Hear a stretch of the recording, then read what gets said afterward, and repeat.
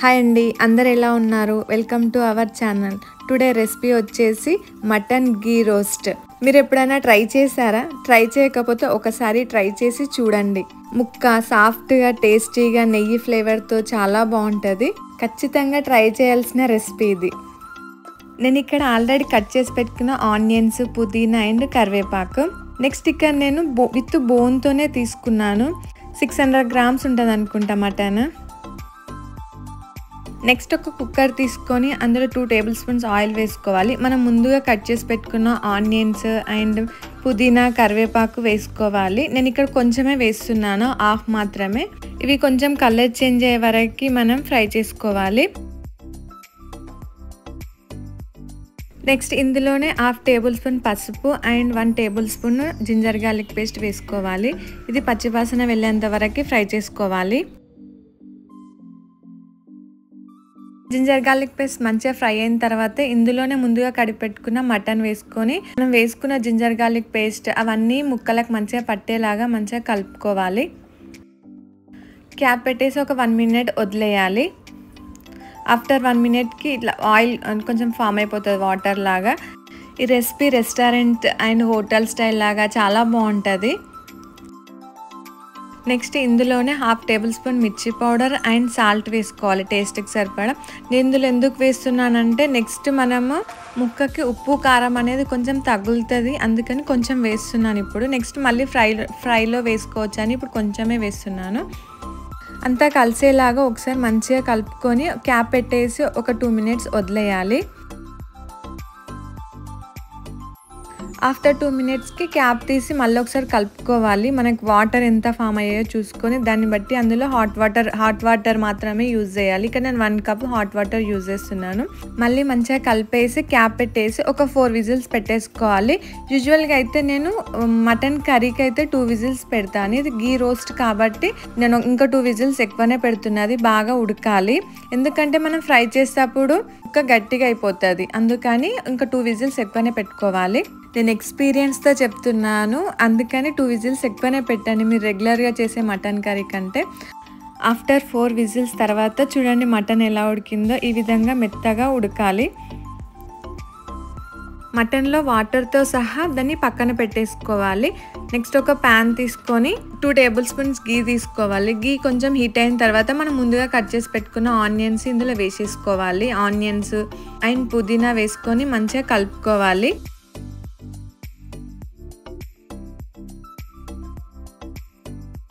Next ఇందులోనే little salt వేసుకోవాలి. ఇవి కొంచెం బ్రౌన్ కలర్ వచ్చేంత వరకు మనము ఫ్రై చేసుకోవాలి ఆనియన్స్. నెక్స్ట్ కొంచెం కలర్ చేంజ్ అయిన తర్వాత ఇందులోనే జింజర్ గార్లిక్ పేస్ట్ అండ్ పసుపు వేసుకొని అంతా కలిసేలాగా గీలో ఫ్రై అయ్యే వరకు మంచిగా ఫ్రై చేసుకోవాలి. నేను యూజువల్గా ఇక్కడ బయట రెస్టారెంట్స్కి ఎక్కడికైనా వెళ్తే కంపల్సరీ గీ రోస్ట్ ఆర్డర్ ఇస్తాను. దీన్ని మటన్ గీ రోస్ట్ అని, మాంసం రోస్ట్ అని అంటారు. ఆనియన్స్ మరీ ఎక్కువ ఫ్రై అవ్వకుండా ఈ విధంగా అయిన తర్వాత ముందుగా కుక్ చేసి పెట్టుకున్న మటన్ని ఫస్ట్ ముక్కలు మాత్రమే వేసుకోవాలి. వాటర్ అలానే ఉండాలి, పడేయకూడదు. మటన్ పీసెస్ అన్నీ మనం ముందుగా ఫ్రై చేసి పెట్టుకున్న ఆనియన్స్లో వేసుకోవాలి. అన్నీ ఇందులో వేసేసుకున్న తర్వాత ఆనియన్స్లో మంచిగా ఫ్రై అయ్యే వరకు మంచిగా కలుపుకోవాలి. ముక్క మరీ మెత్తగా ఉడకబెట్టుకోకూడదు. మీరు రెగ్యులర్గా చేసే మటన్ కర్రీ లానే, బట్ 1 విజిల్ 2 విజిల్స్ కొంచెం ఎక్కువ పెట్టుకోవాలి. యూజువల్గా దీనికి అందరు మసాలా ప్రిపేర్ చేసుకుంటారు, అంత అవసరం లేదు. ఇక్కడ నేను చెప్పినట్టు చేస్తే చాలా టేస్టీగా వస్తుంది. మనం ముందుగా కారం వేసుకున్నాం కాబట్టి ఇక్కడ 1 టేబుల్ స్పూన్ మిర్చి powder and salt and coriander powder and garam masala వేసుకుంటున్నాను. మనం వేసుకున్న స్పైసీస్ అన్నీ ముక్కలకు మంచిగా పట్టేలాగా మంచిగా కలుపుకోవాలి. ఈ మటన్ గీ రోస్ట్కి కొంచెం గీ ఎక్కువనే పడుతుంది, గీతోనే కాబట్టి టేస్ట్ చాలా బాగుంటుంది, అందుకని గీ ఎక్కువ వేసుకోవాలి. నెక్స్ట్ ఫ్లేమ్ హైలో పెట్టేసి మనం ముందుగా ఉడకబెట్టుకున్న మటన్ వాటర్ ఉన్నాయి కదా, అవి ఇందులో యాడ్ చేసుకోవాలి. ఇది హై ఫ్లేమ్లో మాత్రమే చేయాలి ఈ నెక్స్ట్ ప్రాసెస్ అంతా. కొంచెం వాటర్ పోస్తూ హై ఫ్లేమ్లో కలుపుతూనే ఉండాలి కంటిన్యూగా. కొంచెం ఓపిక ఉండాలి ఈ ప్రాసెస్ చేయడానికి, ఎందుకంటే ఇలా వాటరీగా ఉన్న మటన్ని కంప్లీట్ డ్రై రోస్ట్ కాబట్టి కలుపుతూనే ఉండాలి, దట్టు హై ఫ్లేమ్లో, అందుకనే అలా అన్నాను. ఈ వాటర్ అన్నీ ఎవాపరేట్ అయ్యే వరకు మనం కలుపుతూనే ఉండాలి. ఈ విధంగా ఆయిల్ అంతా పైకి వచ్చేస్తుంది. అండ్ మెయిన్ ఇది అడగంటకుండా కలుపుతూనే ఉండాలి, చూడాలి కింద మాడకుండా. ఈ ప్రాసెస్ అంతా మనకి 10 to 15 minutes టైం పడుతుంది.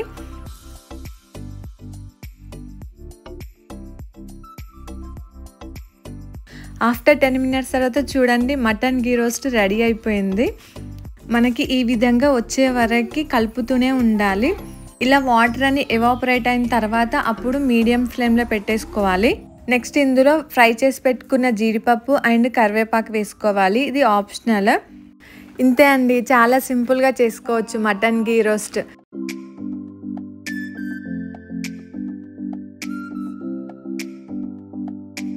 చూడండి ఎంత బాగా వచ్చిందో, చూస్తుంటేనే నోరు ఊరుతుంది కదా. ఓన్లీ ముక్కలే తినేస్తారు, అంత బాగుంటుంది. మీరు ట్రై చేసి ఎలా వచ్చిందో కామెంట్ చేయండి. ఈ వీడియో మీకు నచ్చినట్లయితే లైక్ చేసి కామెంట్ చేయండి. మరిన్ని మంచి మంచి వీడియోల కోసం మా ఛానల్ని సబ్స్క్రైబ్ చేసుకోండి. Thank you for watching.